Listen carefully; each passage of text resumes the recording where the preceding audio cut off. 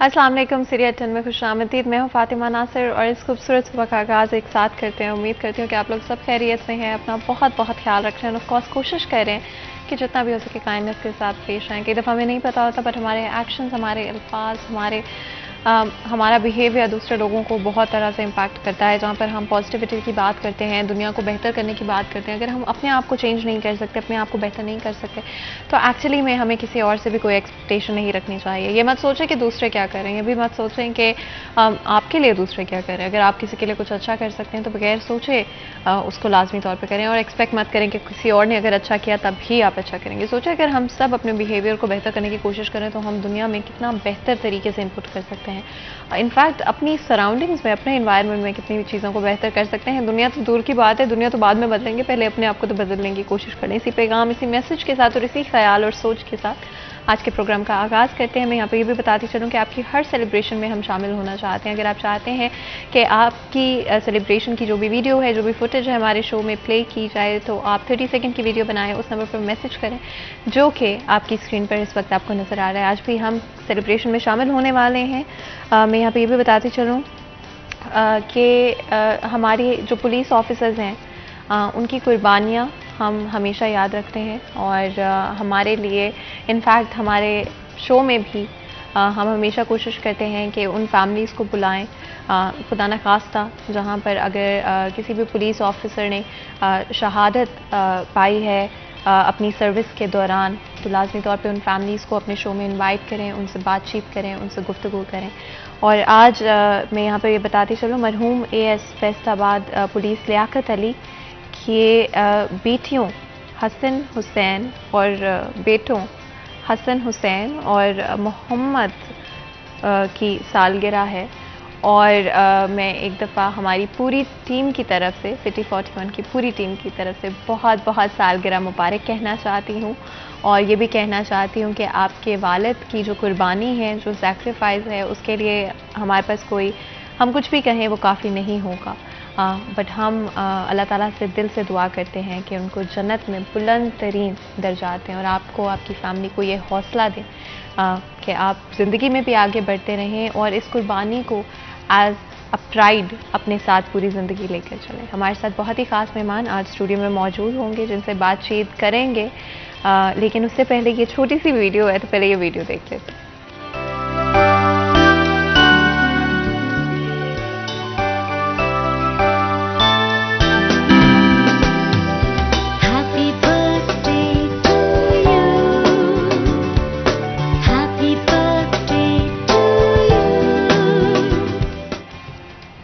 जी, इसी के साथ आगे बढ़ते हुए जैसे मैं कह रही थी कि वीडियो के बाद हम फौरी तौर पे कोशिश करेंगे कि आज के अपने सब्जेक्ट की तरफ आ जाए। पॉलिटिक्स एक ऐसा सब्जेक्ट है जो कि चाहते हुए या ना चाहते हुए हमें डिस्कस करना पड़ ही जाता है और इनफैक्ट आवाम के ऊपर जो इम्पैक्ट है पॉलिटिक्स का वो हम सबके सामने है। जिस तरह से इन्फ्लेशन की बात करें, पॉलिटिकल इंस्टेबिलिटी की बात करें, जिस तरह से उसकी वजह से इकोनॉमिकल इंस्टेबिलिटी आज हमें पाकिस्तान में होते हुए नज़र आती है, उसका इम्पैक्ट आपकी, मेरी, हम सब की ज़िंदगी पर होता है। और हमारी हमेशा कोशिश रहती है कि डिफरेंट एंगल्स, एस्पेक्ट्स को कवर करने की कोशिश करें जो कि डायरेक्टली या इनडायरेक्टली फैसलाबाद शहर को इम्पैक्ट करते हैं। अगर हम रीसेंट गवर्नमेंट की चेंजेस की बात करते हैं तो कुछ अर्से पहले तक, और ये बड़ी इंटरेस्टिंग आपको चीज़ लगेगी, जानते तो हम सब हैं लेकिन जब आप एक्चुअली में इसको कहते हैं तो कितना अजीब, मुझे बहुत अजीब लगा इनफैक्ट इसको बोलना।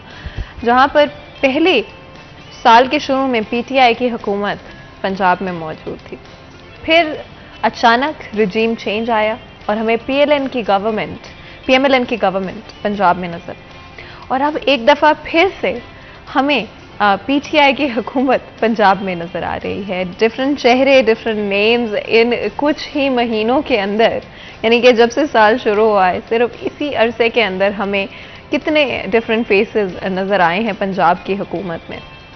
बट क्या एक्चुअली में कोई चेंजेस भी हो रहे हैं, कोई पॉजिटिव चेंजेस भी होते हुए नज़र आ रहे हैं? अगर पहले की बात करें तो हमेशा PMLN के साथ पंजाब की एसोसिएशन, पंजाब की आवाम की एसोसिएशन बड़ी स्ट्रॉन्ग रही थी। इनफैक्ट कहा जाता था कि पीएमएलएन के लिए पंजाब में जीतना कोई मुश्किल बात नहीं हो सकती, लेकिन पंजाब बाय इलेक्शंस में हमने क्लियरली देखा कि अवाम अपनी प्रेफरेंसेस चेंज कर चुके हैं। आखिर इन प्रेफरेंसेस चेंज होने के पीछे क्या मेजर रीजंस रहे, और एक दफ़ा फिर जहां पर हमें नज़र आता है कि सीएम पंजाब इस वक्त ऑफ कोर्स परवेज़ इलाही हैं, और क्या उनकी तरफ से जो चेंजेस लाए जाएंगे या गवर्नमेंट में जो उनकी पोजीशन है इस वक्त, क्या अवाम उससे सेटिस्फाइड है, क्या मुतमईन है, और क्या पीटीआई जो वादे अवाम से कर रही है क्या उनको पूरे कर पाएगी, और क्या पीएमएलएन प्रीवियसली, या अगर हम नेशनल गवर्नमेंट की बात करते हैं, क्या इस वक्त पीएमएलएन जो एजेंडा और जो नोशन लेकर इन पावर जब रिजीम चेंज हुआ तब आई, क्या वो उनको पूरा कर पा रहे हैं? तो आखिर पंजाब किस तरफ आपको स्टैंड करता हुआ नजर आ रहा है, और क्या जनरल इलेक्शंस कहीं पर पॉसिबली हमें आने वाले वक्त में नजर आएंगे? हमारे साथ बिलाल डोगर मौजूद हैं, हमारे एंकर पर्सन है, सीनियर रिपोर्टर है। बिलाल, आपको वेलकम करते हैं शो में, बहुत बहुत शुक्रिया हमारे लिए, हमारे शो के लिए वक्त निकालने के लिए। बिलाल, जिस तरह से मैंने इंट्रोडक्शन में कई डिफरेंट चीज़ों को हाईलाइट किया, कितना अजीब लगता है सुन के, आप खुद बताएं। साल के शुरू में हमें पीटीआई नजर आई, अचानक से रिजीम चेंज हुई, पीएमएलएन हमें पंजाब के नजर आई गवर्नमेंट में, और फिर एक दफा फिर इस पॉइंट पे हमारे पास पीटीआई दोबारा से मौजूद है। कहाँ पे स्टैंड करते हैं, किस डायरेक्शन में चीजें जाती हुई नजर आ रही है? फातिमा, बहुत शुक्रिया, बड़ा इंपॉर्टेंट टॉपिक है। मेरे ख्याल में आप इसे इंटरेस्टिंग सिचुएशन कह रही हैं। मैं इसे अफसोस का मुकाम कहूँगा कि एक गवर्नमेंट, एक मुल्क जहां हमें स्टेबिलिटी चाहिए, वहां हम इंस्टेबिलिटी, पॉलिटिकल इंस्टेबिलिटी को प्रमोट करते हैं, और पॉलिटिकल इंस्टेबिलिटी हमारे जैसे मुल्क के अंदर मौशी इंस्टेबिलिटी, मौशी गैर इस्तेहकाम की तरफ जाती है। और हमने देखा जो हुआ, यहाँ हुकूमत की रिट नज़र नहीं आई, आइन का मजाक उड़ाया गया, और इस हद तक भी पंजाब असम्बली के अंदर जो ड्रामे किए गए, लोटे एक दूसरे के ऊपर फेंके गए, स्पीकर की चेयर जो सबसे ज्यादा इज्जत के काबिल होती है हाउस के अंदर, उसके ऊपर लोटा रख दिया गया, डिप्टी स्पीकर के उसके बाल खींचे गए। तो आइन का बेसिकली ये रिजीम चेंज या गवर्नमेंट चेंज नहीं थी, ये पंजाब के, पाकिस्तान की आवाम के साथ घिनौने मजाक थे। जो पार्लियामेंट्स में हमने बड़े इज्जतदार लोग भेजे थे, उन्होंने अपने घिनौने चेहरे दिखाए कि जो हरकतें उन्होंने की। अब बात हम करें पार्टी चेंज की, तो पाकिस्तान तहरीक इंसाफ ही थी, लेकिन अब काफ लीग है। मैं इसे पीटीआई की गवर्नमेंट नहीं कहता, मैं कहता हूं पहले पीटीआई काफ लीग के इत्तेहाद के साथ थी, अब काफ लीग गवर्नमेंट में है पंजाब में पीटीआई के इत्तेहाद के साथ। दरमियान में पीडीएम इत्तेहाद आया जिसमें हमजा शहबाज शरीफ वज़ीर आला थे, जो कि नहीं चल सके, तो फिर कोर्ट के ऑर्डर्स के बाद जो भी आगे फैसला चला। तो परवेज इलाही को अगर आप देखें, अभी तक परवेज इलाही का टेन्योर बैक ट्रैक रिकॉर्ड जो है वो अच्छा रहा है। लोग मोनस इलाही से खुश नहीं थे, परवेज इलाही से खुश रहे हैं। ये दो पर्सपेक्टिव डिफरेंट है। फिर पीटीआई की सोच, आज मैं अगर कहूं तो पीटीआई, मुझे आज पंजाब में एक गवर्नमेंट नजर नहीं आती फातिमा, दो नजर आ रही हैं। एक फवाद चौधरी लीड कर रहे हैं, एक चौधरी परवेज इलाही लीड कर रहे हैं।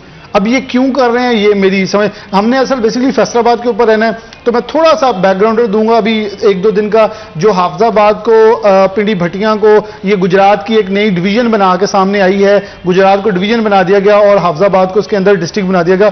तो हाफजाबाद से जो भट्टी बरादरान हैं वो बड़े शदीद इसके ऊपर अपने तहफ़्फ़ुज़ात का इजहार कर रहे हैं, और मेरे ख्याल में वो रिस्पॉन्ड करेंगे भी इसके ऊपर भी बहुत ज्यादा, क्योंकि वो कह रहे हैं कि हम कभी भी, देखें मुझे याद है पीटीआई के वो शख्स जो डार साहब हैं, उस्मान डार, वो कहते थे हम मर जाएंगे, मेरी लाश से गुजर के आपको गुजरात को डिवीजन बनाना पड़ेगा वरना सियालकोट बनेगा। और मेरे ख्याल में ये ज्यादती है। अभी चौधरी बरादरान शुरू से इस चीज के ऊपर माहिर हैं। जब एक पुराना दौर है तो इंटरनेशनल लेवल की यूनिवर्सिटी पाकिस्तान में आ रही थी, तो उन्होंने कहा कि हम पंजाब लाहौर के अंदर अपना कैंपस बनाना चाहते हैं। तो चौधरी साहिबान ने कहा, जिसमें चौधरी परवेज इलाही ने कहा, शुजा साहब की एक मुख्तलिफ सियासत है और बड़ी मुतबराना सियासत वो करते हैं, बड़ी इज्जत के काबिल हैं। लेकिन जब उन्होंने कहा कि पहले गुजरात में कैंपस बनाएं, उन्होंने कहा भाई हम दुनिया की सबसे बड़ी यूनिवर्सिटी हैं, हम गुजरात में क्यों बनाएं, हम लाहौर में बनाएंगे। अच्छा, फिलहाल ये नहीं मामला है हुआ, तो इस वक्त दिल्ली के अंदर है और सबसे एशिया की बड़ा कैंपस उनका कामयाबी से चल रहा है। दुनिया हमारे पास पढ़ने आती।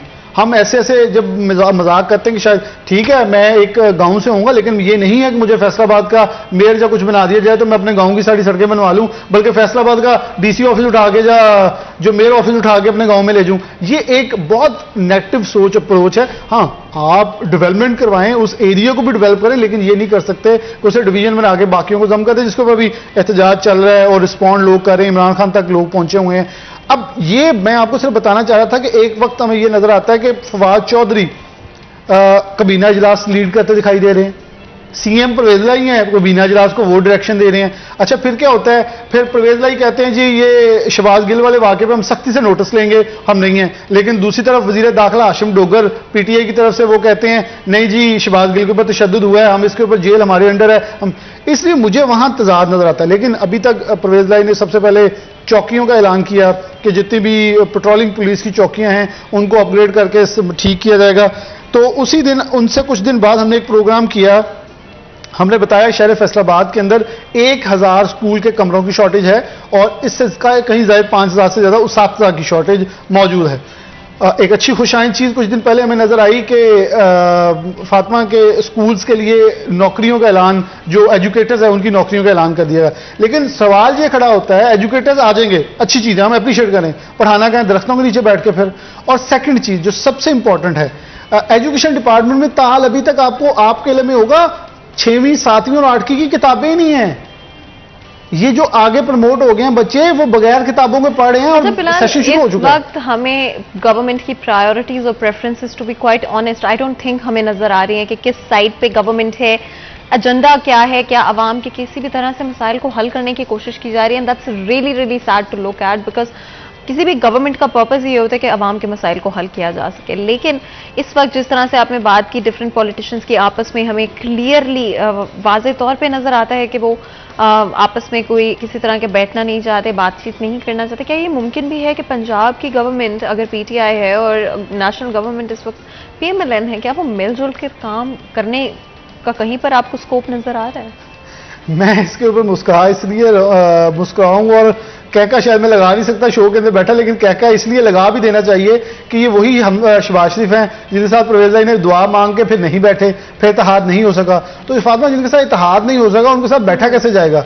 ये तो एक पुरानी चपकलेश थी, वो खत्म होने को अल्लाह करे खत्म होने का नाम ली। फिर चौधरी शुजात उधर बैठे हैं जिन्होंने चौधरी परवेज लाई के खिलाफ वोट डालने के लिए वो एक लेटर लिखा, वोट ना डाला जाए।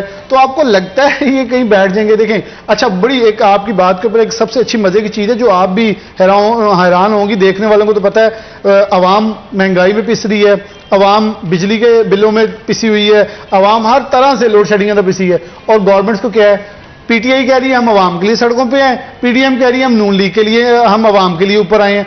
मुझे ये दोनों, मेरे ख्याल में इस वक्त ये सारी जमातें समझा दें अवाम कहाँ है, अवाम नाम किस चीज का रखा हुआ है? क्या अवाम नाम है महंगी गाड़ियों का, या वो प्रोटोकॉल वाली झंडे लगा के गाड़ियों का? मुझे लग रहा है कि उसका नाम है कि वो महंगी गाड़ियों के लिए इक़्तिदार के अंदर आए हैं। अगर हम इलेक्शंस की बात करते हैं, क्या आपको लगता है कि प्रीवियस इलेक्शंस में किसी तरह की कोशिश की गई रिजल्ट्स को ऑल्टर करने की? और क्या अगर हम नेशनल इलेक्शंस की तरफ जाते हैं इवेंचुअली, जब भी वो पॉइंट आता है, क्या आपको लगता है कि ये रिस्क होगा? अच्छा, मैं इसमें दो पर्सपेक्टिव हैं, एक तो नून लीग का, एक पीटीआई का।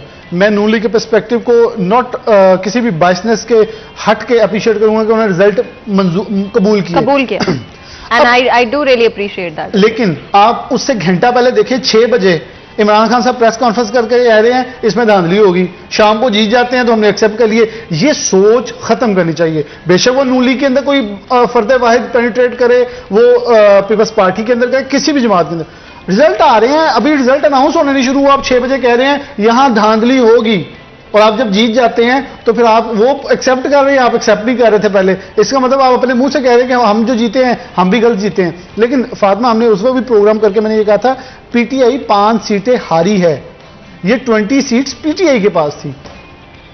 नून लीग अगले 2018 का रिजल्ट देखें, नून लीग का वोट बैंक यहां बढ़ता दिखाई दिया, कंपैरिजन कम था। लेकिन अब पॉइंट यहां आएगा फातिमा कि आप भी अब गालियों के अंदर मुलव्वस हैं कि पहले तो नून लीग को अकेले पार्टी थी, जो आपने किया, जैसे शेख रशीद ने कहा हमारा सारा गंद पीडीएम ने अपने साथ ले लिया, ये खुद उन्होंने ऑन रिकॉर्ड कहा। लेकिन अब पीटीआई पंजाब में है, अब दोनों घरों को गालियां मैं आप मेरे प्रोग्राम उठा के देखें, रोज लोग कह रहे हैं कि सारे इंजॉय कर रहे हैं। वो कह रहे हैं कि पहले इमरान खान पे उम्मीद थी हमारे लिए कुछ करेगा, अब तो आए गवर्नमेंट को 1 महीना होने को है, परवेज लाई को क्या किया आवाम के लिए? क्वेश्चन करिए ना, आवाम सवाल करती है, आवाम सवाल करेगी। वो कह रहे हैं कि अब हम आप बता दें हमारे लिए आप लोगों ने क्या किया है, या आप हमारे लिए देखें, नहीं होगा तो वो उस पर चीखेंगे, चलाएंगे, आवाम कहेगी आप भी डिलीवर नहीं कर पा रहे। अब जो चीनी है, ये अब हमें अप्रिशिएट करना चाहिए। इसी दौर के अंदर शहबाज शरीफ ने चीनी के ऊपर एक्सपोर्ट पे बैन लगाया, तो अब शुगर मिल मालकान खुद गवर्नमेंट को लिख रहे हैं कि मतलब हमारे पास 2 ट्रिलियन से टन से जायद की चीनी जो है इजाफी पड़ी है, तो हमें एक्सपोर्ट करने दें।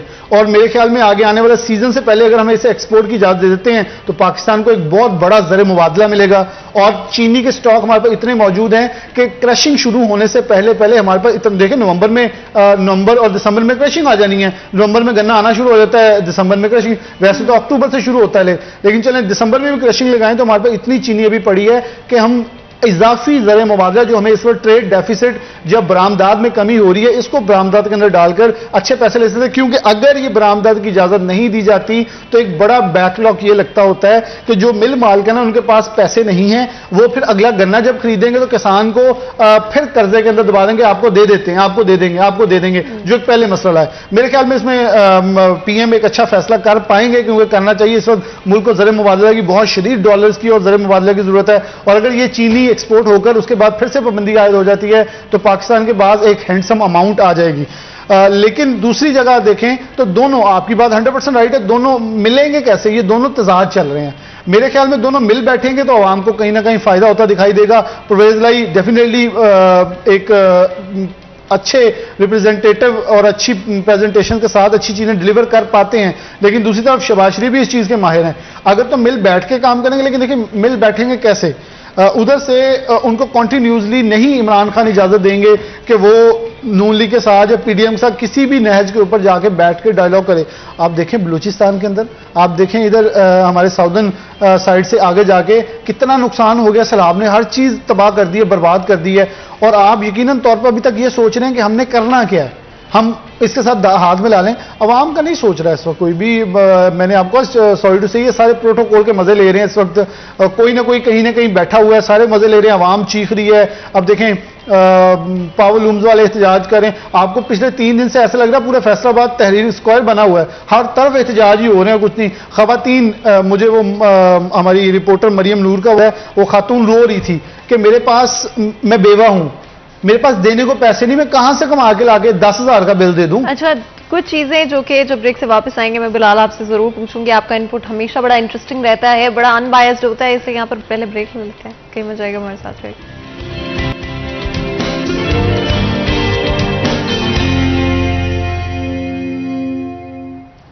Welcome back. सीरिया 10 में एक दफा फिर आपको खुशामदीद कहते हैं। ब्रेक में जाने से पहले गुफ्तगू जारी थी और जब ब्रेक में जा रहे थे तो मैंने कहा था कि बिलाल से जब वापस तो कुछ इंटरेस्टिंग सवाल जरूर पूछेंगे। बिलाल, ये सवाल मेरे नहीं बल्कि मोस्ट पाकिस्तानी के इस वक्त हैं, क्या आपको लगता है नवाज शरीफ जल्द पाकिस्तान वापस आने वाले हैं? अच्छा फातिमा, ये तो कल ब्रिटिश गवर्नमेंट ने क्लियर कर दिया कि नवाज शरीफ के बारे में कोई हमने स्टेटमेंट नहीं दी। उन्होंने कंडेम्ड कर दिया इस चीज को कि हमने उन्हें मुल्क से निकालने का कोई किसी किस्म की स्टेटमेंट नहीं दी।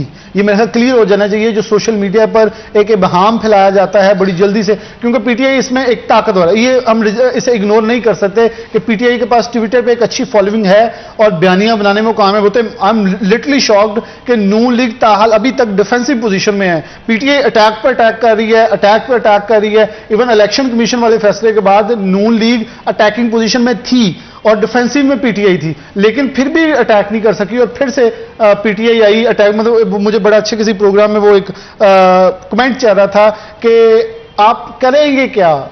ये शेख वकास अकरम थे जंग वाले, उन्होंने बड़ा एक जुमला बोला कि नून लीग वाले एक बयान देते हैं, इमरान खान अगले जलसे में आके इनके मुंह पे मार के जाता है, बयानियां बनाता है, ये फिर जलील हो जाता है, फिर अगले दिन उठ के बयान देते हैं, वो फिर इनके ऊपर हमला करता है। बेसिकली इमरान खान अपनी तमाम जितने भी सपोर्टर्स उनको रोक के इसलिए बैठे हुए हैं साथ कि वो अटैकिंग पोजीशन के अंदर हैं, और अटैकिंग वाला फिर 6 गोल मारे तो एक आध तो फिर गोल अंदर चले ही जाता होता है। तो ये जो पोजीशन है बड़ी मजबूत है। ट्विटर पर कुछ दिन पहले मैं नोटिस कर रही थी इनफैक्ट कि स्पेशली इमरान खान की इतनी लार्ज फॉलोइंग, और जिस तरह आपने कहा कि वो एक अटैकिंग पोजीशन में बार बार आ जाते हैं कि कोई भी आप उनको अगर अटैक करने की कोशिश कर रहे हैं तो वो काउंटर बहुत अच्छा उसको कर पाते हैं, या फिर काउंटर इस तरीके से करते हैं कि वो उनकी फॉलोइंग के साथ रेजोनेट करते हैं, तो एक्चुअली कनेक्ट हो जाता है। इस पे हम एग्जांपल ले सकते हैं शहबाज गिल वाली कि उस पे तला चौधरी साहब कह रहे हैं उनको खाना तो दे आए, जेल में जाके पूछ तो लें, उनका हाल भी पूछने कोई नहीं जा रहा। तो अब इमरान खान ने रैली का ऐलान कर दिया था कि उनके लिए रैली निकालें, इजहार यकजहती करें,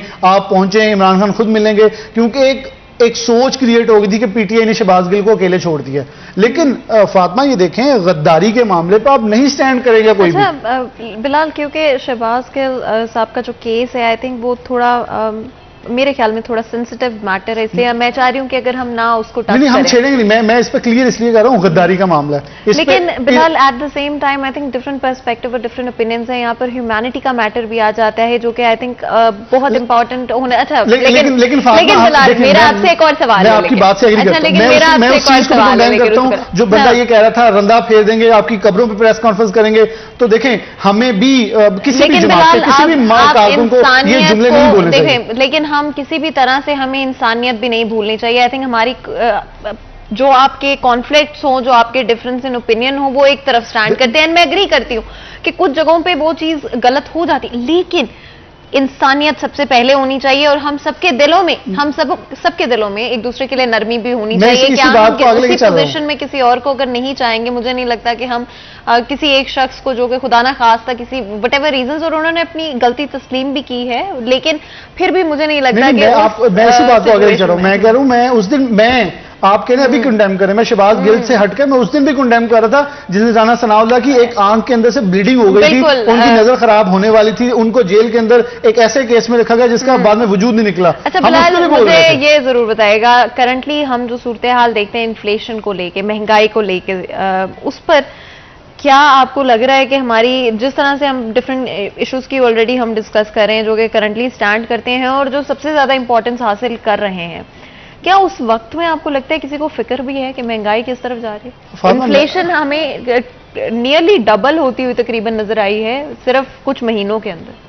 डबल आप 37% से ऊपर जा रही है और डबल तो कहीं पीछे रह जाता है लफ्ज। लेकिन इस वक्त प्रॉब्लम ये है, पूरी दुनिया इस वक्त इन्फ्लेशन के अंदर है, लेकिन प्रॉब्लम फिर वही है, जब तक स्टेबिलिटी नहीं आएगी, लोकल जो ब्यूरोक्रेसी है वो सीरियस नहीं होती, जब तक आपके ही तबादले हुई जाने हैं, वो कह रहे हैं हमने करना क्या है, और जब तक सीरियसनेस नहीं आएगी गवर्नमेंट्स के अंदर, जब तक सियासी इस्तेकाम नहीं आएगा, ब्यूरोक्रेसी इनको सीरियस लेने वाले नहीं है। और ये सारी जो मामला आप बता रही हैं, स्टोर्स पे महंगाई होगी, रेडी वाला महंगाई करेगा, जितने भी ये मार्केट कमेटी जिनसे मंसूब चीजें, तो वो तब होगा जब उनको पता होगा कि अब ये सीरियस है, हमारे ऊपर इनका चेक एंड बैलेंस है। सियासतदानों को अपनी पड़ी हुई है, कोई कह रहा है जी उसके पीछे चले जाएं। मेरे ख्याल में इमरान खान साहब पंजाब गवर्नमेंट में आने के बाद भी अपने, देखें मैं कुछ आपको ये नहीं कि मैं पीटीआई के खिलाफ हूं, मैं आपको बेशतर बात कह चुका हूं, पीटीआई के खुद बंदे बैठे कह रहे हैं खान साहब ने लगा सानू सड़कों पे आप मार देना इलेक्शन से पहले। अच्छा, ये एक सोच डेवलप हो रही है। अच्छा, गवर्नमेंट में है, सब करें। करंटली मुझे अगर नेशनल न्यूज की अगर हम बात करें, लेकिन क्योंकि मैं चाहती हूँ कि हमारा फोकस फैसलाबाद शहर पर रहे, तो उसको कनेक्ट करना मैं चाहूंगी। करंटली आपको जो सिंध गवर्नमेंट में होता हुआ नजर आ रहा है, जहां पर एमक्यूएम की तरफ से भी कुछ चीजें की गई हैं जो कि एग्जैक्टली नेशनल गवर्नमेंट पर भी पॉइंट आउट करती हैं, सिंध गवर्नमेंट पर भी पॉइंट आउट करती है, क्या लगता है ये जो सिनेरियो एक डेवलप होता हुआ एक नई ही सिचुएशन बनती हुई नजर आ रही है, उसका असर हो सकता है पंजाब के ऊपर, फैसलाबाद शहर की इंडस्ट्री के ऊपर? मैं फैसलाबाद की फातिमा हम बात करें, सिंध को 2 मिनट के लिए साइड पे रखें, तो जब पाकिस्तान तरीके साहब की गवर्नमेंट थी तो यहाँ लतीफ नजर तो मिनिस्टर नहीं थे, लेकिन ख्याल अहमद कास्त्रो थे। इसके अलावा सूबाई के अंदर सेक्रेटरी थे, जिनके अंदर पीएचए के इन्होंने हेड डीजी बना दिया, चेयरमैन बना दिए थे लतीफ नजर, मियां वारिस को पीएचए का, एफडीए का सॉरी लतीफ नजर को, इसके अलावा शकील शाद को सेक्रेटरी पार्लियामेंट्री अफेयर्स बनाया था। ख्याल अहमद कास्त्रो के पास वजारत थी, चौधरी हीरोद्दीन के पास वजारत थी, हाफिज मुमताज के पास वजारत थी, मलिक उमर फारूक एडवाइजर स्पेशल थे। अब ये 4 सिटिंग कैबिनेट मेंबर थे और इस वक्त सिर्फ 2 हैं। एक एनर्जेटिक अली अफजल शाही, लिटरली मैं उस नौजवान के लिए हमेशा से दुआ करूंगा, क्योंकि एक शख्स जिसके अंदर, मैंने उनका इंटरव्यू किया तो मुझे नजर आया कि हम कभी कोई बहुत सख्त सवाल करें तो आगे से इंटरव्यू देने वाला कहता था यार आपकी मेहरबानी है ये निकाल दीजिएगा। उसने बहुत अच्छे जवाब भी दिए और बहुत पॉजिटिव रिस्पांस है। उनके वालिद साहब ने जो काम किया है या नहीं किया एक अलग सियासत होगी, लेकिन अली अफजल शाही मेरे ख्याल में, मैं हमेशा अप्रिशिएट करता हूं, एक यंगस्टर पढ़ा लिखा नौजवान आएगा तो यकीन तौर पर इस मुल्क के लिए बेहतर करेगा। लतीफ नजर एक अच्छे शख्स है, लेकिन दोनों को वजारत दी गई और फिर फैसलाबाद के अंदर कुछ ऐसे नाम जिनके ऊपर लोगों को यकीन था कि इनको वजारत मिलनी है, लेकिन फार्मा चले आपके प्रोग्राम में डिस्क्लोज करते हैं, उनको वजारतें इसलिए नहीं दी गई कि उन्होंने अलीम खान से मुलाकातें की थी। तो चौधरी परवेज लाई ने कहा जी इन्हें वजारत कोई नहीं देनी, क्योंकि ये मुलाकात करके आए थे पहले, अगर 2 दिन लेट हो जाते ये भी चले जाने थे उधर। इसलिए बड़ी सिनेरियोस पर डिस्कस हो रहे हैं, कौन वफादार है कौन नहीं। और ये मेरे ख्याल में आने वाले इलेक्शन में पीटीआई दिखाएगी भी, जाहिरी तौर पर दिखाएगी टिकटों में। मैं आपको एक बहुत बड़ी न्यूज ये दे रहा हूं कि जब टिकटें डिस्ट्रीब्यूट होंगी तो कुछ लोग यहां से जो इस वक्त सिटिंग एमपीएस और एमएलए हैं ये ड्रॉप होंगे, इनके नाम निकाल दिए जाएंगे लिस्ट से, क्योंकि ये वो लोग हैं जिन्होंने पाकिस्तान तहरीक इंसाफ को छोड़ने की कोशिश की, लेकिन जब देखा इमरान खान का बूस्ट आया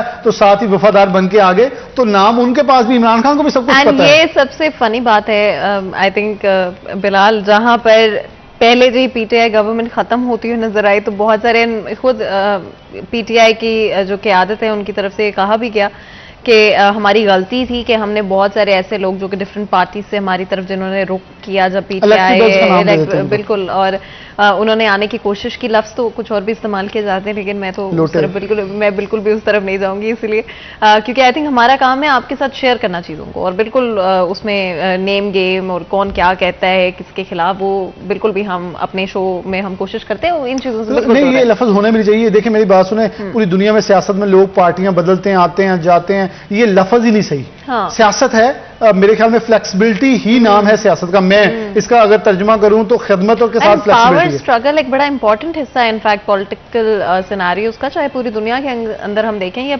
हिस्ट्री के अंदर इनफैक्ट। बेसिकली फातिमा, इसी सोच ने हमें आज तक तरक्की नहीं करने दी। क्यों? मेरी बात सुने, मैं पीटीआई को वोट नहीं देता, मेरा एमपी पीटीआई बन जाता है, वो मेरी सड़क नहीं बनाता जो तुमने नून लीग को वोट दिए थे।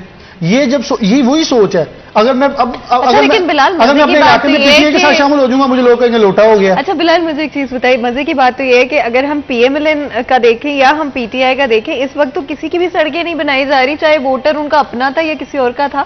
इसके पीछे क्या वजह है? आखिर ग्राउंड लेवल पे आप खुद बताएं, पिछले कुछ सालों में अगर हम कलेक्टिवली देख लेते हैं, चाहे पीएमएलएन, अब मार्च के बाद से पीएमएलएन आ गई थी और काफी कुछ महीने तो रहे हैं वो लोग बीच में, जब तक ये बाय इलेक्शंस नहीं हुए, उससे पहले की भी अगर हम बात कर लेते हैं तो पीटीआई मौजूद, तो पिछले कुछ सालों में कलेक्टिवली फैसलाबाद शहर में कोई डेवलपमेंट का काम होता हुआ नहीं नजर आया। अच्छा, बिल्कुल फातिमा, आपकी बात सही है। 3.5 साल बहुत इंपॉर्टेंट थे। अच्छा, उससे पहले नवाज शरीफ ने एक मंसूबा निकाला था, मैं मे भी उसमें गलत बोल सकता हूँ, वो नाम था पक्कियां सड़कां सौखे पेंडे, ऐसा कोई मंसूबा था देहात के अंदर, जो देहात को लिंक करने का। तो देखें, आपने अट्रैक्ट करना है आवाम को। मेरे ख्याल में पीटीआई इस खौफ में रही कि कुछ कर दिए तो फड़े ना जाइए, तो इसी खौफ में कुछ किया ही नहीं।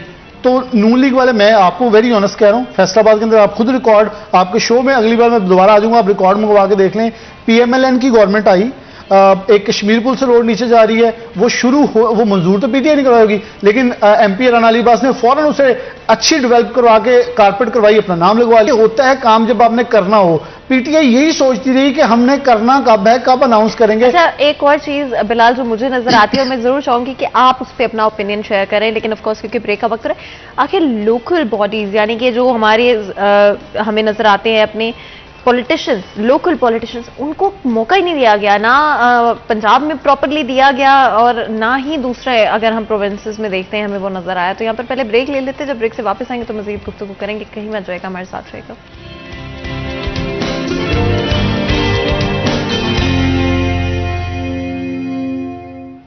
Welcome back. सीरिया 10 में एक दफ़ा फिर आपको खुशामदीद कहते हैं। ब्रेक में जाने से पहले गुफ्तगू जारी थी और आज स्पेशली बिलाल डोगर हमारे साथ मौजूद हैं, एंकर पर्सन है, न्यूज़ नाइट के एंकर भी हैं। आपको बिलाल, हमेशा आपका ओपिनियन बड़ा इंपॉर्टेंट रहा है और बड़ा इंटरेस्टिंग टेक होता है, बिकॉज आप आवाम के साथ इतना इंटरेक्ट करते हैं, पॉलिटिशियंस के साथ आपका मिलना जुलना होता है, इससे कई दफ़ा बहुत सारी इनसाइड इन्फॉर्मेशन आपके पास होती। लोकल बॉडी इलेक्शंस तो हुए, लेकिन हमें इम्प्लीमेंटेशन ऑन ग्राउंड लेवल नहीं है। जो राइट्स मिलने चाहिए वो ना तो पंजाब के अंदर दिए गए और ना ही करंटली अगर हम देखते हैं तो दूसरे प्रोविंसेस में भी दिए जा रहे हैं। मैं स्पेसिफिकली मेंशन नहीं करूंगी नाम, लेकिन हम जानते हैं कि कुछ पार्टीज इससे काफ़ी नाखुश हैं।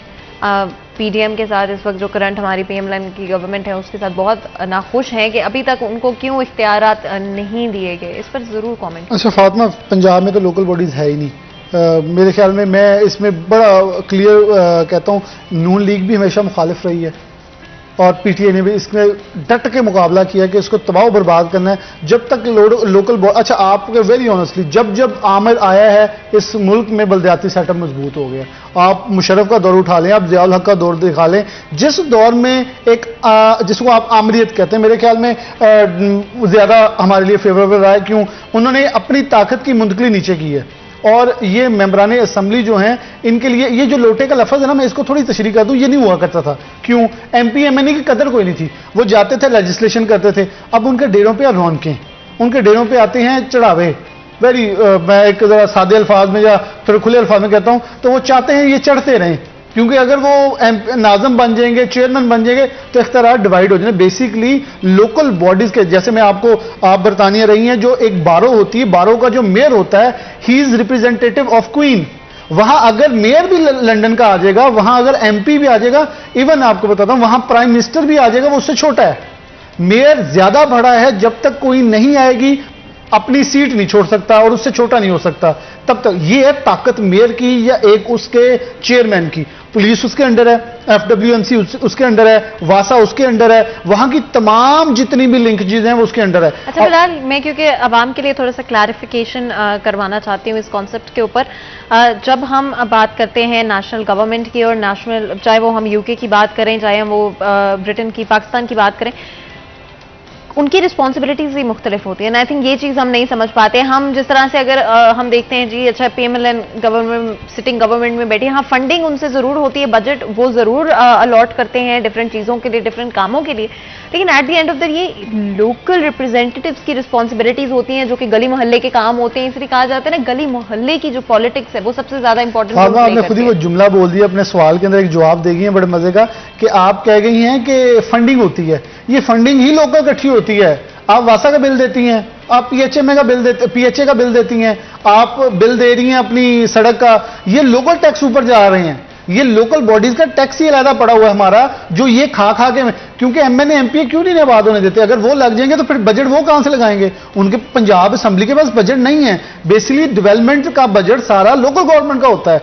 ये तो मामे बन के बैठे हुए हैं उनके ऊपर, बजट के ऊपर। ये बजट है लोकल गवर्नमेंट का। एक नाज़म ने सड़क बनानी, इमरान खान साहब 2017 के अंदर, 18 के अंदर कंटेनर पर खड़े होकर कहते हैं कि मैं इक़्तिदार के अंदर आऊंगा तो मेरे मेंबरान असेंबली सिर्फ लेजिस्लेशन करेंगे लोकल बॉडी। अच्छा, मुझे लिटरली लगा कि पाकिस्तान में चेंज आएगी, क्योंकि ये मगरिब की बात करते हैं तो मगरिब के अंदर तो लोकल बॉडीज बड़ी मजबूत हैं, लेकिन अनफॉर्चुनेट उस गवर्नमेंट के अंदर भी लोकल बॉडीज का तहस नहस कर दिया गया। और पीटीआई के अपने लोग, जिसमें लतीफ नजर है, उन्हें, क्योंकि लतीफ नजर लोकल बॉडी से आए हैं, ये नायब नाज़िम हुआ करते थे, तो लतीफ नजर ने खुद ऑन बोर्ड आके कहा कि मुझे भी अफसोस है, और बाकी भी लोगों ने कहा कि कोई भी गवर्नमेंट, फातिमा, कोई एक गवर्नमेंट भी जो सियासी लोग हैं, अच्छा पूरी दुनिया में ये होता है, जो पॉलिटिकल पार्टीज हैं वो लोकल बॉडीज को प्रमोट करती हैं। पाकिस्तान में अजब कारनामा है कि लोकल बॉडीज को सियासी पार्टियां खत्म करती हैं। अच्छा। हाँ, पीपल्स पार्टी को क्रेडिट देना पड़ेगा। पीपल्स पार्टी ने हमेशा इस तुरा इम्तियाज को अपनाया है। लोकल बॉडी सिंध के अंदर कामयाब चल रहा है और कभी भी वहां डिले नहीं होता। डिले होगा हमारे पंजाब में ही होता है, जब भी होता है। अच्छा फिलहाल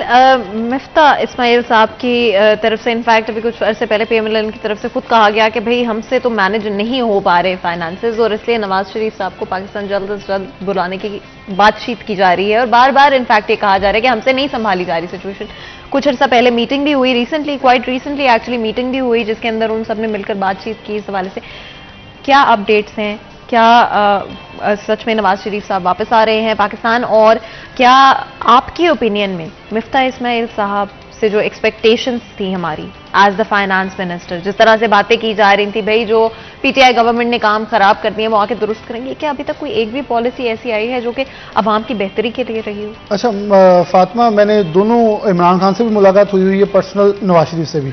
वेरी ऑनेस्टली, अगर इमरान खान को पॉइंट बनाना आता है, अवाम पीछे लगानी आती है, तो नवाज शरीफ को भी लगती है। ये दोनों लीडर्स के अंदर यगानगत ये है, लीडरशिप अवाम के अंदर बयानियां बनाना आता है, जो कि मरियम के अंदर भी है और उनकी बेटी। अच्छा, जो शहबाज शरीफ है ना, वो मुख्तलिफ हैं, वो काम करना चाहते हैं कि काम करके देखिए। ये अवाम अगर काम के ऊपर चाहती ना, फिर तो नून लीग ने जो पिछले साल, लेकिन आपके ख्याल में शहबाज शरीफ साहब में वो लीडरशिप की, जिस तरह से लोगों को एक फॉलोइंग ग्रो करना, लग रहा है कि वो, अच्छा मुझे लगता है कहीं ना कहीं शहबाज शरीफ कभी वो कंफ्यूज लगते हैं फैसलों के अंदर, और फिर वो बड़े मियां साहब के पास जाते हैं, पाजी दसो हुन की करना, फिर पाजी बताते हैं कि ये कर लो। तो मेरे फिलहाल मैं आपसे एक और चीज भी पूछना चाहती हूँ। देखिए, अवाम का जब भी टैक्स कलेक्शन होती है, जब भी अवाम के पैसे की बात होती है, हमारे पास तो पहले हम जिस तरह से अपने फाइनेंसेस को चला रहे हैं हम सब जानते हैं, पर्टिकुलरली हम रिलाय ही लोन्स के ऊपर करते हैं। लेकिन जब हम प्रोटोकॉल देखते हैं तो ये मैं पीटीआई गवर्नमेंट के हवाले से भी कहूंगी कि मतलब प्रोटोकॉल के हवाले से, बट कंपैरेटिवली अगर हम फिगर्स में बात करते हैं तो जहां तक रिपोर्ट्स हैं, पीटीआई गवर्नमेंट की तरफ से प्रोटोकॉल को कम करने की कोशिश की जा रही थी। स्पेशली अगर घर जिस तरह से कोई मिलने भी आता था तो मजाक में कहा जाता है कि चाय का कप भी नहीं उनको दिया जाता था, बल्कि चाय का कप और बिस्किट देके तो भेज दिया जाता, दिखाने के लिए सिर्फ। हाँ, पीछे खाबे पूरे चलते थे। अच्छा, तो इसलिए मैं आपसे पूछना चाह रही हूँ कि आप क्लैरिफाई कर पाएंगे इस बात को। बार बार ये जो ट्रिप्स किए जा रहे हैं, बार बार मुलाकातें जो की जा रही हैं, और सिर्फ मतलब फेस टाइम पे भी तो हो सकते हैं, मैं बल्कि नाम नहीं लूंगी किसी भी चीज का, वीडियो कॉल पे हो सकती है, आजकल तो मोबाइलों के ऊपर हो सकती है, तो जाना जरूरी होता है 40 लोगों को? अच्छा, पीटीए के लिए एक अच्छा काम ये रहेगा, 2 साल कोरोना रहा है तो वो चली सिर्फ स्काइप पर सब कुछ चला, जूम चलता रहा, उस पर मीटिंग होती रही।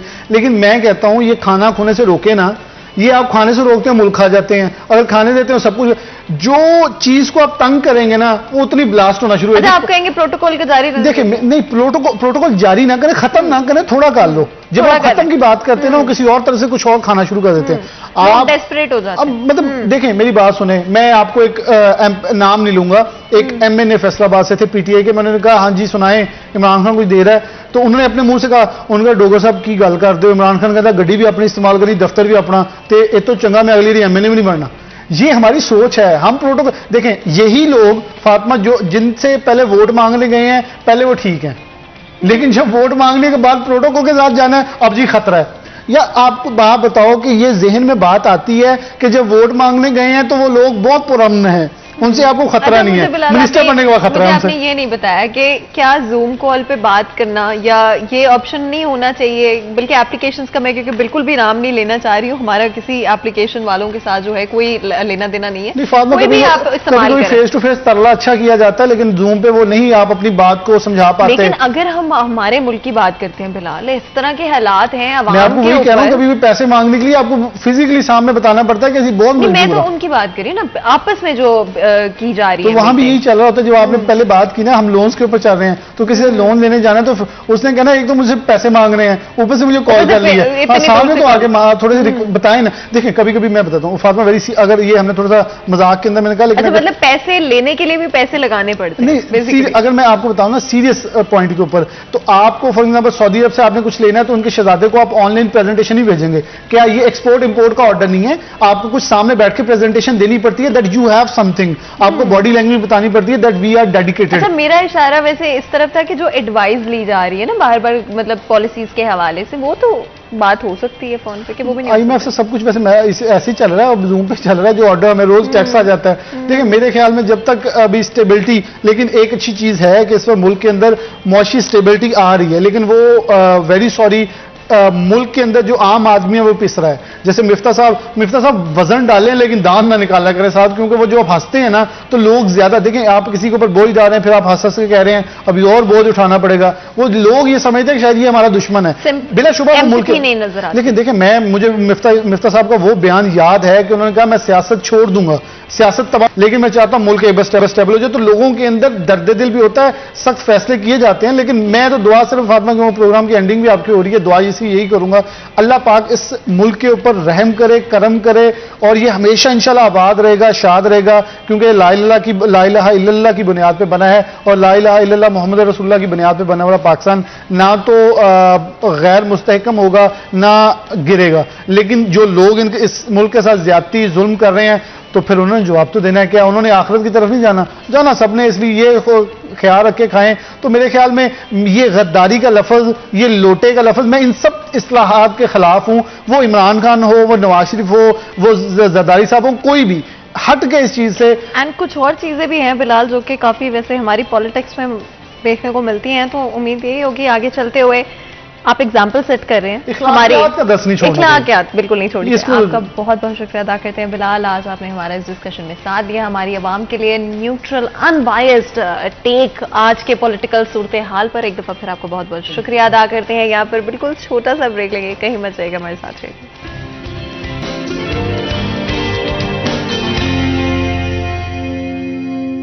Welcome back. सीरिया चंद में एक दफा फिर आपको खुशामदीद कहते हैं। आपको पता है ब्रेक में जाने से पहले गुफ्तगू जारी थी, लेकिन हमारी हमेशा कोशिश रहती है कि आप लोगों के लिए हम ना सिर्फ इन्फॉर्मेटिव कंटेंट लेकर आए, लेकिन ऑल्सो एंटरटेनमेंट कंटेंट भी आपके सामने लेके आए। फैसलाबाद शहर से जुड़े हुए बहुत सारे टैलेंटेड शख्सियात ऐसी रही हैं जो कि हमारे शो में आई हैं। उन्होंने आप लोगों के लिए अपना जो भी टैलेंट है उसको प्रेजेंट किया, और हम हमेशा आप लोगों से भी कहते हैं कि अपने टैलेंट को, अपने शौक को, अपने पैशंस को परस्यू करें लाइफ के अंदर।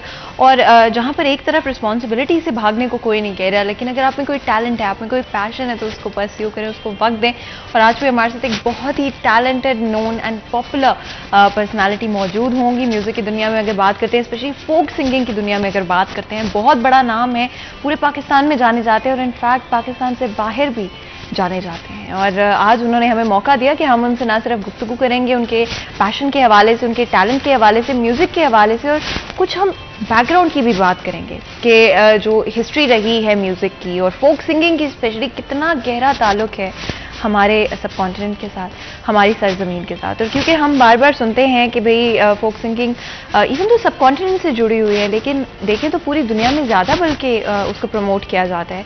तो जब जो चीज़ हमारी अपनी हो उसको हम क्यों वक्त नहीं देंगे, हम क्यों उसको प्रमोट नहीं करेंगे, उसको क्यों इनकरेज नहीं करेंगे। तो आज ये भी बात करेंगे कि कितना गहरा ताल्लुक है फोक सिंगिंग का हमारी सरजमीन के साथ। कुछ गाने भी सुनेंगे बीच में। तो जी हमारे साथ बहुत ही खास मेहमान आज हमें स्टूडियो में ज्वाइन कर रहे हैं और मैं जल्दी से आपको इंट्रोडक्शन करा देती हूँ। तो जी हमारे साथ आसिफ मिन्हाज साहब मौजूद हैं, फोक सिंगर है और उनके साथ उनकी पूरी टीम भी हमारे साथ स्टूडियो में मौजूद है। आप सबको वेलकम करते हैं शो में। बहुत बहुत शुक्रिया आप सबका आज हमारे लिए वक्त निकालने के लिए। और मैं यहाँ पे ये भी मेंशन करती चलूँ कि हम बहुत खुश हैं, बहुत दिल से शुक्रिया अदा करते हैं आपका कि आपने आज हमारे लिए वक्त निकाला। गुफ्तगू का आगाज़ करते हुए मिन्हाज साहब बताइएगा, आपने जब शुरुआत की सिंगिंग की तो वो कब सबसे पहला वक्त था जहाँ पर आपको लगा कि मैं इस तरफ आना चाहता हूँ? सबसे पहले तो फातिमा नासर साहब है, मैं शुक्रिया अदा करना सिटी 41 वालियां दा, जिन्ने भी मेरे वीर पिछे इंजीनियर शहबाज साहब ने, भाई यारो साहब ने, मैं दिली शुक्रिया अदा करदा इन्हां दा, इन्हां ने मैनूं मौका दिता। उस तो बाद मेरे म्यूजिशियन जिहड़े बैठे ने, अपने ढोल वाला भाई भोला जी आ, तबले ते शहबाज साहब ने, घड़ा मास्टर जोड़ी मास्टर ने रफीक साहब, उस तो बाद साईं रियाज साहब, मैं इन्हां सारे वीरां दा शुक्रिया अदा करना। फिर मैं हुण दस रहा है कि मेरा बचपन सी, साडे बचपन दे विच साडे घरां दे कोल एक दरबार सी ते उत्थे मेला लगदा सीगा पीर बूटे शाह सरकार दा।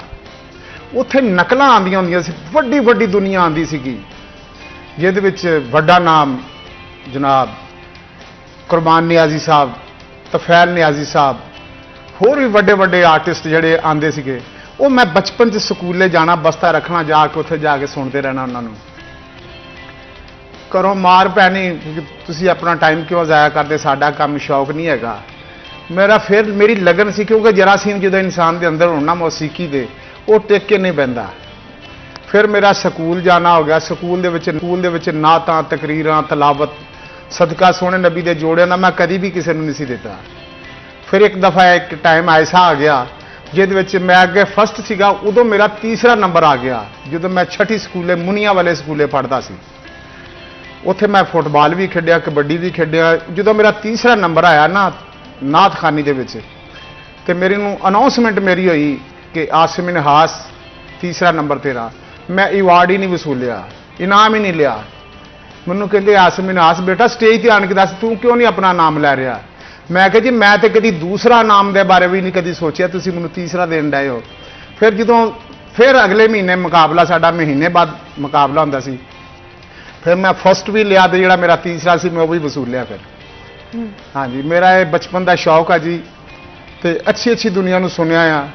फिर मैनूं ज़्यादा फोक सिंगर पसंद सन, बहुत पसंद सन फोक सिंगर। अच्छा, मुझे ये ज़रूर बताइएगा, आज के अगर हम जनरेशन की बात करते हैं, आजकल के लोगों की बात करते हैं, तो बहुत सारे लोगों को शायद इल्म भी ना हो कि फोक सिंगिंग में और आम सिंगिंग में या आम तरह के म्यूज़िक में क्या डिफरेंस है। तो ज़रूर बताइएगा कि फोक सिंगिंग में क्या मुख्तलिफ चीज़ें हैं और क्या चीज़ें हैं जो कि इसको दूसरी तरह के म्यूज़िक से अलग बनाती हैं।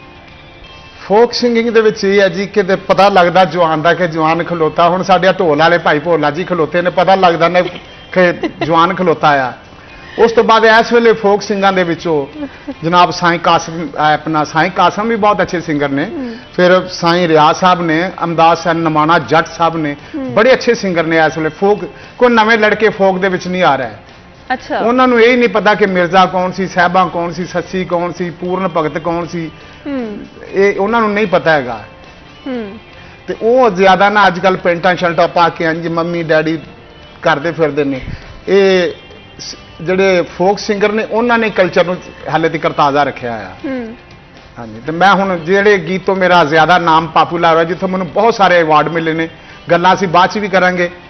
ते मैं वो गीत पेश कर रहा जिहदे मैंने बहुत हर इदारे ने अवार्ड दिता। ਤੇ ਮੈਂ ਵੀ ਫਖਰ ਮਹਿਸੂਸ ਕਰਾਂਗਾ ਇਸ ਫੰਕਸ਼ਨ ਤੋਂ ਬਾਅਦ ਇਨਸ਼ਾਅੱਲਾ ਤਾਲਾ ਸਿਟੀ 41 ਵਾਲੇ ਵੀ ਮੇਰਾ ਆਪਣੀ ਸਾਲਗਿਰਾ 'ਚ ਵੀ ਰੱਖਣਗੇ ਮੈਨੂੰ ਤੇ ਉਸ ਤੋਂ ਬਾਅਦ ਮੈਨੂੰ ਅਵਾਰਡ ਵੀ ਦੇਣਗੇ ਮੇਰਾ ਈਮਾਨ ਹੈ ਇਸ ਗੱਲ ਦੇ ਉੱਤੇ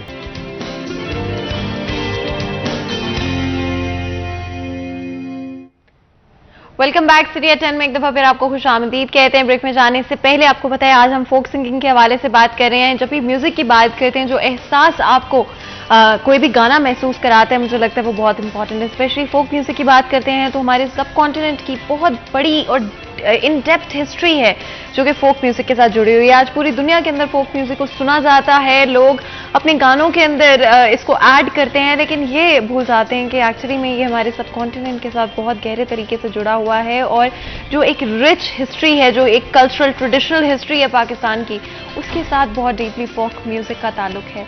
अगर हम कुछ पहले चले जाएं तो मुझे लगता है बहुत सारे डिफरेंट इवेंट्स जो कि सब कॉन्टिनेंट में हुए या डिफरेंट चीज़ें जो रिचुअल्स हुआ करते थे, ट्रेडिशंस हुआ करते थे, उनके जो भी रिप्रेजेंटेशन है आई थिंक आज भी वो फोक म्यूज़िक में हमें सुनने को मिलती है। वो कल्चर जो कि आज से 100 से भी ज़्यादा साल पुराना है वो भी हमें फोक म्यूज़िक के थ्रू आज के वक्त में भी सुनने को मिलता है। और चाहे फिर वो हमारे कोई कल्चरल इवेंट्स हो या फिर हमारे कोई फेस्टिवल इवेंट्स हो, उसमें फोक म्यूज़िक के बगैर तो कुछ भी पूरा हो ही नहीं सकता।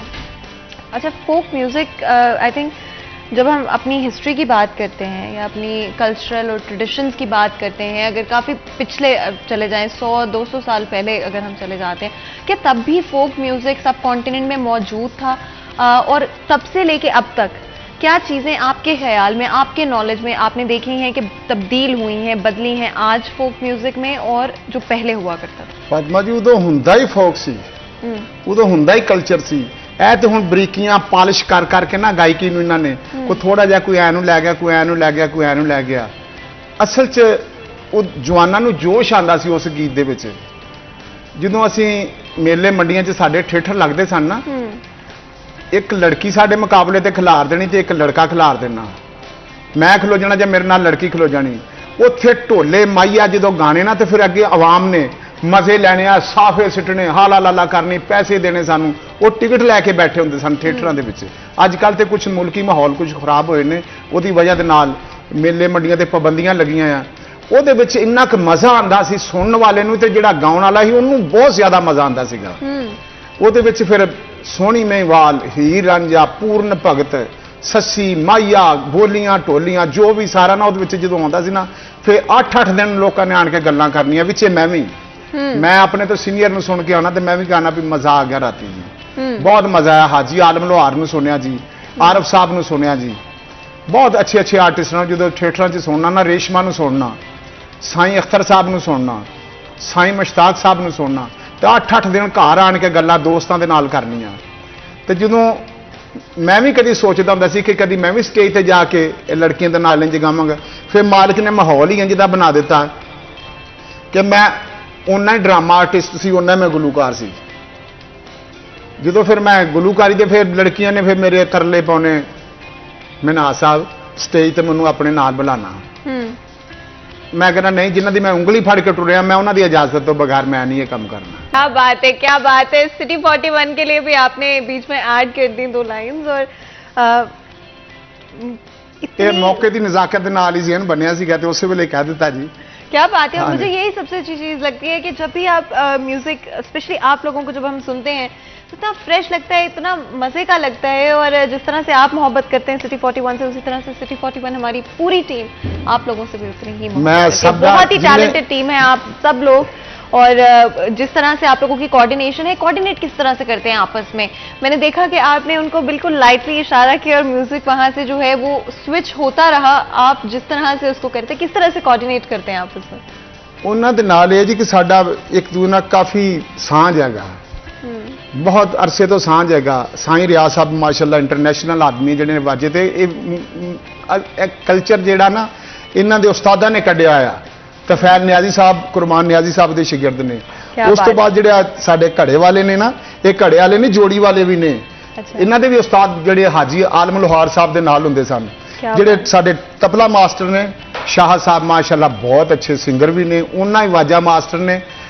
ਇਹ ਆਪਣੇ ਕੰਮ ਦੇ ਯੂਸਫ ਨੇ ਤੇ ਜਿਹੜੇ ਭਾਈ ਭੋਲਾ ਜੀ ਸਾਡੇ ਢੋਲ ਮਾਸਟਰ, ਇਹਨਾਂ ਨੇ ਵੀ ਬਹੁਤ ਸਾਰੀ ਦੁਨੀਆ ਫੇਰੀ ਆ। ਤਫੈਲ ਨਿਆਜ਼ੀ ਸਾਹਿਬ ਹੋਰਾਂ ਦਾ, ਕੁਰਬਾਨ ਨਿਆਜ਼ੀ ਸਾਹਿਬ ਨਾਲ India, Dubai, Sharjah, Oman, Sri Lanka सब ये टूर ला के आए ने। क्या बात है। और जो आप लोगों की मेहनत है वो नजर आती है, आप लोग बहुत टैलेंटेड हैं। और आज आप लोगों को शो में बुला के मुझे लगता है हमारे शो में चार चांद लग गए आप सबको। आपने कुछ चीज़ें जो कि मेंशन की फोक सिंगिंग के हवाले से, और जो अभी आप गाना गा रहे थे जब उसके कुछ लिरिक्स थे, आपके फेवरेट कौन से इसमें से लाइन, कौन सी लाइन है जो आपको सबसे अच्छी लगती है?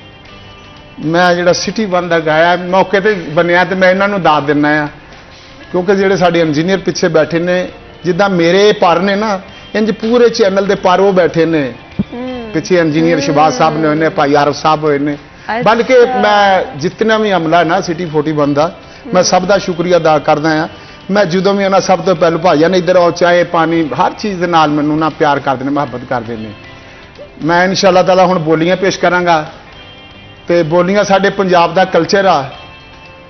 ਤੇ ਰੇਡੀਓ ਪਾਕਿਸਤਾਨ ਦੇ ਵਿੱਚ ਕੇਸੜ ਦੇ ਵਿੱਚ ਤੇ ਮੈਂ ਮੈਡਮ ਬਾਬਰੀ ਦੇ ਨਾਲ ਗਾਈਆਂ ਸੀਗੀਆਂ, ਤੇ ਇੱਥੇ ਮੈਂ ਇਕੱਲਾ ਹੀ ਗਾ ਰਿਹਾ ਤੇ ਪੇਸ਼ ਕਰ ਰਿਹਾ। ਵਿੱਚ ਦੋ ਕੁ ਬੋਲੀਆਂ ਮੈਂ ਆਪਣੇ ਪਾਕਿस्तान ਦੇ ਹਵਾਲੇ ਦੇ ਨਾਲ ਵੀ ਗਾਵਾਂਗਾ, ਬਾਕੀ ਜਿਹੜਾ मैं कल्चर के हवाले के नाल। बिल्कुल, जैसे ही हम ब्रेक से वापस आएंगे तो इसी के साथ बल्कि वापस आएंगे। और यहाँ पर लेकिन एक ब्रेक का वक्त हो रहा है, अगर आप ले लें ब्रेक, बता दें हमारी ऑडियंस को ब्रेक लेने लगे हैं और ब्रेक के बाद वापस हाँ जी, ब्रेक तो बाद इंशाल्लाह जी मैं बोलियां पेश करांगा। बहुत सारे दोस्त कई मैनू सुन रहे हैं बह के, कई उन्होंने इंतजार है कि आसमी नाज का गीत कदों आते हैं। बड़ियां जो मैं उठो टुरदा ना तो फरमाइशा कर देने, आसमी नाज साड़ी फरमाइशा कर दे। तो बिल्कुल जी, ब्रेक लेते हैं, कहीं मत जाएगा, हमारे साथ रहेगा।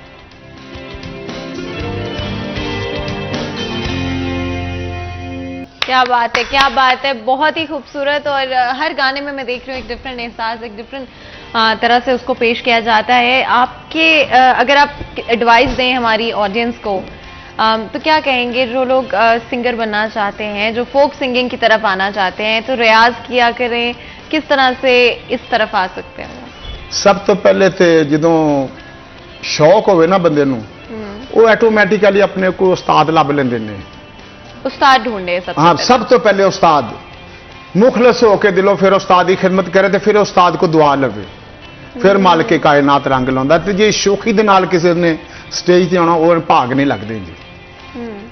तो यानी कि ਅਸੀਂ ਤੇ ਮੈਂ ਇਹੀ ਦੁਆ ਕਰਾਂਗਾ, ਜਿੰਨੇ ਮੇਰੇ ਸੀਨੀਅਰ ਨੇ ਜਾਂ ਮੇਰੇ ਜੂਨੀਅਰ ਨੇ, ਮੈਂ ਹੀ ਸਭ ਨਾਲੋਂ ਜੂਨੀਅਰ ਆ, ਮੇਰੇ ਨਾਲ ਸਾਰੇ ਸੀਨੀਅਰ ਨੇ, ਤੇ ਅਸੀਂ ਤੇ ਇਹੀ ਕਵਾਂਗੇ ਜਿਹੜੇ ਜੂਨੀਅਰ ਬੱਚੇ ਨੇ ਵੀ ਆਪਣੇ ਉਸਤਾਦ ਦਾ ਇhtਰਾਮ ਕਰਨ, ਅਦਬ ਕਰਨ, ਕੱਲ ਨੂੰ ਕੋਈ ਤੁਹਾਡਾ ਵੀ ਕਰੇਗਾ। ਅਸੀਂ ਆਪਣੇ ਉਸਤਾਦਾਂ ਦਾ ਬਹੁਤ ਸਾਰਾ ਅਦਬ ਕੀਤਾ, ਸਾਰੀ ਰਾਤ ਉਹਨਾਂ ਦੀਆਂ ਖਿਦਮਤਾਂ ਕੀਤੀਆਂ, ਉਹਨਾਂ ਨੂੰ ਘੁੱਟਿਆ ਨੱਪਿਆ, ਖਿਦਮਤਾਂ ਕੀਤੀਆਂ ਬਹੁਤ ਸਾਰੀਆਂ। ਜੋ ਉਹਨਾਂ ਨੂੰ ਕਿਹਾ ਆ, ਉਹਨਾਂ ਦੇ ਮੂੰਹ 'ਚ ਲਫ਼ਜ਼ ਮਗਰੋਂ ਨਿਕਲਦਾ ਸੀ, ਪਹਿਲੋਂ ਅਸੀਂ ਕਰ ਦਿੰਦੇ ਸਨ, ਤੇ ਉਹ ਆ ਝੋਲੀਆਂ ਅੱਡ ਅੱਡ ਦੁਆਵਾਂ ਦਿੰਦੇ ਸਨ। ਮੇਰੀ ਜਦੋਂ ਸ਼ਾਦੀ ਹੋਣ ਲੱਗੀ ਨਾ, ਤੇ ਮੈਂ ਕਾਰਡ ਦੇਣ ਗਿਆ ਉਹਨਾਂ ਨੂੰ। ਮੇਰੇ ਉਸਤਾਦ ਅੱਖੀਆਂ ਸਾਹਿਬ, ਅਖਤਰ ਹੁਸੈਨ ਅੱਖੀਆਂ ਸਾਹਿਬ ਸਨ, ਲਾਹੌਰ ਦੇ ਬੜੇ ਵੱਡੇ ਮੂਸੀਕਾਰ ਸਨ ਉਹ। ਤੇ ਮੈਨੂੰ ਕਹਿੰਦੇ, ਮੈਂ ਉਹਨਾਂ ਨੂੰ ਜਾ ਕੇ ਕਾਰਡ ਦਿੱਤਾ, ਮੈਂ ਕਿਹਾ ਉਸਤਾਦ ਜੀ ਇਹ ਮੇਰਾ ਕਾਰਡ ਆ, ਪਤਾ ਨਹੀਂ ਹੁਣ ਮੇਰੇ ਕੋਲ ਲਾਹੌਰ ਦੁਬਾਰਾ ਆਉਣਾ ਕਿ ਨਹੀਂ ਆਉਣਾ। ਕਹਿੰਦੇ ਕਿਉਂ? ਮੈਂ ਕਿਹਾ ਜੀ ਮੇਰੀ ਸ਼ਾਦੀ ਹੋ ਜਾਣੀ ਆ, ਹੁਣ ਪਤਾ ਨਹੀਂ ਮੇਰੇ ਮਾਪਿਆਂ ਨੇ ਆਉਣ ਦੇਣਾ ਜਾਂ ਨਹੀਂ ਆਉਣ ਦੇਣਾ। ਮੈਨੂੰ ਕਹਿੰਦੇ ਉਹ ਬੇਵਕੂਫਾ, ਤੂੰ ਸਾਡੀ ਸਾਰੀ ਜ਼ਿੰਦਗੀ ਬੇਟਾ ਇੰਨੀ ਖਿਦਮਤ ਕੀਤੀ ਆ ਤੇ ਸਾਡੇ ਕੋਲ ਸਿੱਖਿਆ ਕੁਛ ਨਹੀਂ। ਉੱਠਿਆ ਉਹਨਾਂ ਨੇ ਐ ਝੋਲੀ ਫਲਾਈ ਆ ਤੇ ਕੁਤਬਲ ਨੂੰ ਕਰਕੇ ਮੂੰਹ ਕਰਕੇ ਤੇ ਰੋ ਕੇ ਦੁਆ ਕੀਤੀ ਆ। 10 ਮਿੰਟ ਉਹਨਾਂ ਨੇ ਰੋ ਕੇ ਇਧਰ ਨੂੰ ਕੀਤੀ ਤੇ 10 ਮਿੰਟ ਹੀ ਲਹਿੰਦਿਆਂ ਨੂੰ ਰੋ ਕੇ ਦੁਆ ਕੀਤੀ। ਮੈਨੂੰ ਕਹਿੰਦਾ ਜਾ ਬੇਟਾ, ਜਿੱਧਰ ਨੂੰ ਜਾਏਗਾ ਫਤਹ ਹੀ ਹੋਏਗੀ। ਬੜੇ ਵੱਡੇ ਵੀ ਸੀਨੀਅਰ ਆਰਟਿਸਟ ਵੀ ਹੋਣਗੇ ਨਾ, ਪੁੱਤਰ ਤੂੰ ਇਨਸ਼ਾਅੱਲਾ ਤਾਲਾ ਡੋਲੇਗਾ ਨਹੀਂ। ਤੇ ਮੈਂ ਸੱਚੀ ਨਹੀਂ ਕਦੀ ਟੈਨਸ਼ਨ ਲਈ, ਕਦੀ ਵੀ ਟੈਨਸ਼ਨ ਨਹੀਂ ਲਈ। ਜਿੰਨਾ ਮਰਜੀ ਵੱਡਾ ਆਰਟਿਸਟ ਆ ਜਾਵੇ, ठीक है, ਉਹਦੀ ਆਪਣੀ ਜਗ੍ਹਾ, ਮੇਰੀ एक अपनी जगह ਆ। क्या बात है, बहुत ही खूबसूरत। और एक दफ़ा फिर मैं आपकी टीम का बहुत बहुत शुक्रिया अदा करना चाहती हूँ। ये भी यहाँ पे मैं कहना चाहती हूँ कि आप लोगों ने बहुत आई थिंक मेहनत की होगी इस पॉइंट तक पहुँचने के लिए। बहुत सारे लोग आज मेहनत से कतराते हैं। आज की अगर हम लोगों को देखते हैं तो आजकल मेहनत कोई नहीं करना चाहता, सब चाहते हैं कि रातों रात जो है ना बस हम कामयाब हो जाएं। क्या कहेंगे उन लोगों को? नहीं जी, ਮਿਹਨਤ ਦੇ ਨਾਲ ਆ। ਤੁਸੀਂ ਇੱਥੇ ਡਿਊਟੀ ਕਰਦੇ ਨਾ 15 ਦਿਨ ਆਇਆ ਤੇ ਤੁਹਾਨੂੰ 15 ਦਿਨ ਦੀ ਤਨਖਾਹ ਮਿਲੇਗੀ। ਜਿਹੜਾ ਵੀ ਮੈਂ ਡਿਊਟੀ ਕਰ ਰਿਹਾ ਇੱਥੇ, ਮੈਂ 15 ਦਿਨ ਲਾਏ ਨੇ, ਮੈਂ 15 ਦਿਨ ਦੀ ਤਨਖਾਹ ਲਵਾਂਗਾ। ਮੈਨੂੰ ਮਹੀਨੇ ਦੀ ਕਦੀ ਨਹੀਂ ਮਿਲੇਗੀ, 1.5 ਮਹੀਨੇ ਦੀ ਕਦੀ ਨਹੀਂ ਮਿਲੇਗੀ। ਜਿੰਨੀ ਕਿਸੇ ਨੇ ਮਿਹਨਤ ਕਰਨੀ ਨੇ, ਕਿ ਪੰਜਾਬੀ ਦੀ ਮਿਸਾਲ ਆ ਕਿ ਜਿੰਨਾ ਗੁੜ ਪਾਓਗੇ ਉਨਾ ਹੀ ਮਿੱਠਾ ਹੋਏਗਾ। ਉਸ ਤੋਂ ਬਾਅਦ ਇਹ ਹੈ ਕਿ ਮਿਹਨਤ ਕਰਨ, ਦਿਲ ਲਗਾ ਕੇ ਮਿਹਨਤ ਕਰਨ, ਆਪਣੇ ਉਸਤਾਦਾਂ ਦੀ ਖਿਦਮਤ ਕਰਨ। ਉਹਨੂੰ ਇਹ ਸਮਝ ਲੈਣ ਵੀ ਜਿੱਦਾਂ ਕਿਸੇ ਇਨਸਾਨ ਦੀ ਸ਼ਾਦੀ ਨਹੀਂ ਹੋ ਜਾਂਦੀ ਬੀਵੀ ਦੇ ਨਾਲ, ਇਹਨੂੰ ਇਹ ਸਮਝ ਲੈਣ ਕਿ ਮੇਰੀ ਇਹਦੇ ਨਾਲ ਸ਼ਾਦੀ ਹੋਈ ਆ, ਮੈਂ ਮਿਹਨਤ ਕਰਨੀ ਇਹਦੇ ਨਾਲ, ਮੈਂ ਇਹਦੇ ਨਾਲ ਮੁਹੱਬਤ ਕਰਾਂ ਤੇ ਮੈਨੂੰ ਸੁਰ ਮੈਨੂੰ ਨਸੀਬ मालिक करे। अच्छा, अपनी बेगम को कौन सा गाना सुनाते हैं जब वो फरमाइश करती हैं? तो बेगम ने मैनू कभी फरमाइश ही नहीं की थी, कभी भी नहीं। हाँ। कुछ तो कहती होंगी, कोई क्या कहते हैं उनको जब नाराज होती है हाँ मनाने जी, के एक लिए? दफा उन्होंने मैनू कहा सी कि जेड़ा तुसी आज तो कुछ 40 साल पहलों गीत बोलिया सी ना, वो सुनाओ।